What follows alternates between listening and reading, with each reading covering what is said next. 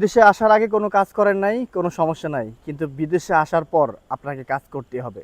হ্যাঁ, আপনি সৌদি আরবে বইসা আছেন, কাজ নাই। আমি আপনাকে বলতেছি ভাই, আপনি বিশেষ করে বর্তমানে পৃথিবীর বিভিন্ন জায়গায় আমাদের প্রবাসী বাংলাদেশিরা আছে। বিশেষ করে সৌদি আরবে কিন্তু অনেক মানুষ বসা আছে। তো আমি তাদের উদ্দেশ্যে বলতে চাই, যারা বলেন কাজ নাই, তাদেরকে বলতে চাই, আসলে সৌদি আরবে কাজের অভাব নাই, শুধুমাত্র আপনার কাজ নাই।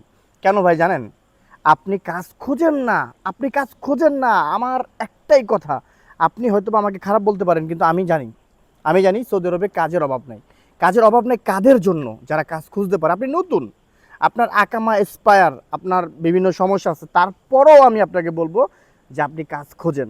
আপনি বিভিন্ন দোকানে যান, বিভিন্ন জায়গায় যান, যেই কোনো কাজ পান সেই সেই কাজই আপনি করেন। আপনি বাংলাদেশে কোনো কাজের অভিজ্ঞতা নিয়ে আসেন নাই, বাংলাদেশ থেকে বিদেশে আসছেন, কোনো অভিজ্ঞতা নাই, ব্যাপার না। আপনি চেষ্টা করেন, আপনি শুধু মনে মনে হিম্মত রাখেন, আপনি পারবেন। যেদিন আপনি মনে করবেন যে আপনি হিম্মত রাখছেন, আপনি পারবেন, আপনি নামছেন, আপনি পারবেন। আপনি যদি চেষ্টা না করেন তাহলে কিন্তু আপনি পারবেন না।